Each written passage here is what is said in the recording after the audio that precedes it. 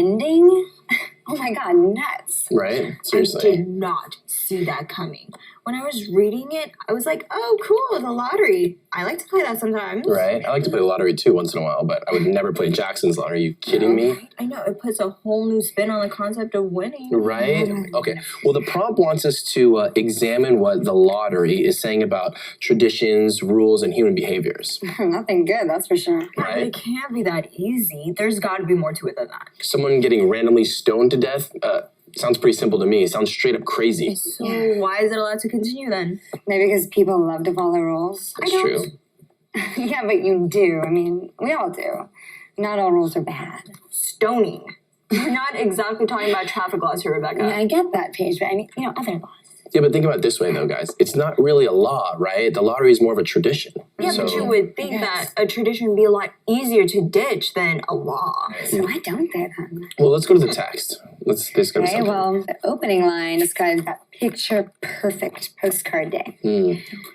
The morning of June 27th was clear and sunny, with the fresh warmth of a full summer day. The flowers were blossoming profusely, and the grass was richly green.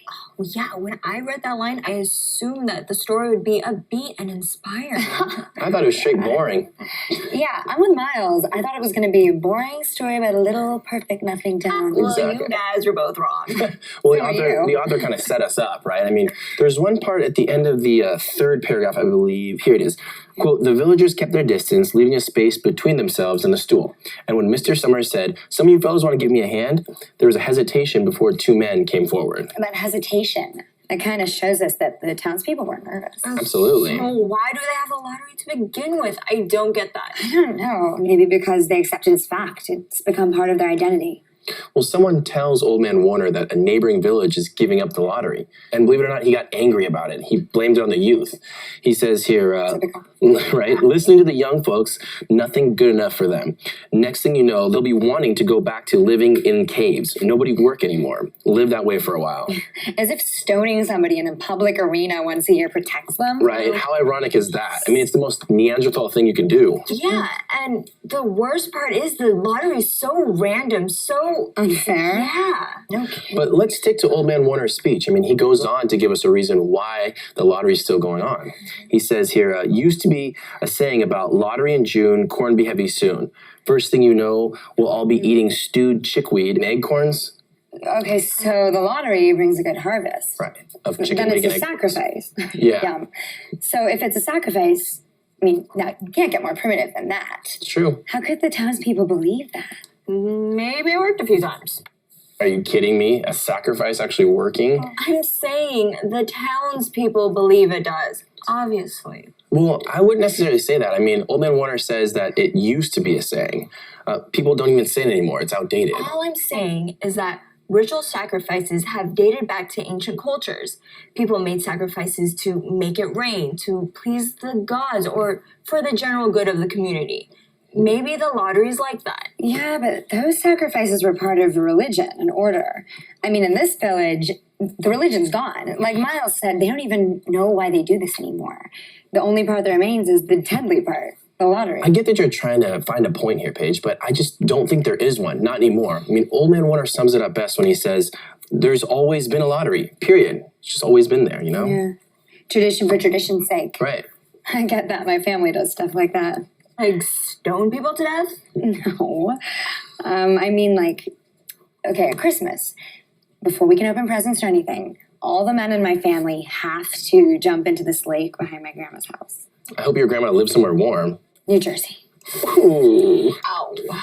Why do they do that? I have no idea. No one does. It started way back when. Really? So it's just a tradition, because it's a tradition now, it lost all its origins, just the way it is? Exactly. Oh, so hey guys, I found a picture of Shirley Jackson. Check this out. Taking her glasses. Cool, thanks, Paige. So when was this written again? 1948, I think. So World War II just ended a few years before that. What a strange story to write during peacetime. You would think that Jackson would be celebrating post-war America. This is an American horror story. So you read it as an anti-American story. No, I'm not saying that, just exploring. Well, I read it as a critique on humans in general. And Jackson's using the American backyard to prove her point. But why would she want to do that? Well, you have to remember what's going on in the world at this time, right? I mean, the lessons of Nazism were fresh. I mean, China, South Africa, the Iron Curtain. I mean, there was a lot of government-sanctioned killing going on. Yeah, part of the reason why the Nazis were so successful was because people just stood by and let it happen. The horror was still fresh in people's minds in 48. No, that's interesting, Paige, because there is a real sense of that in the lottery. I mean, everyone must see how unjust this lottery is, but nobody does anything. Well, Tessie says something. Yeah, but it's too late. That's true. I mean, maybe the point of the story is that we have to stand up to injustice before it's directly about us. Oh, Rebecca, don't let it get you down. It's just a story. Yeah, but I see the truth in it Yeah. about human behavior. This year the lake, next year stoning. Who knows? No, I mean, there's real truth here. I think the point of this story is that we have to do something when we see wrong. Not tomorrow, not next year, now. Okay. Well, it's still just a story, right? I mean, Paige, did you get any big takeaways from it? Well, I'm certainly going to think differently the next time I play the lottery. Absolutely. I'm sticking with the scratchers, right? Those Mega Millions will get you killed. Funny. No. I feel like the story is toying with our desires to want something from nothing. But I realize that everything comes at a cost. If not for you, for someone else. What do you mean? Why do you say that? I mean, there's something interconnected about the lottery. Someone must lose for someone else to win. Yeah, it kind of goes back to the idea of being responsible for each other, right? You know, what seemed like a simple story actually has a lot of layers. I kind of want to read it again. Yeah, now that I know how it ends, I kind of want to go back and read it just to see all the clues that I missed the first time, you know? Miles, the lottery is up 83 million this week. 83 mil. Deadline. And that'd be so sick. Deadline 6 p.m. 2 nights. Let's go. 20 each. Yep. You guys are ridiculous. Count me in for 20, 30 maybe. I don't know. Just throw cash at it.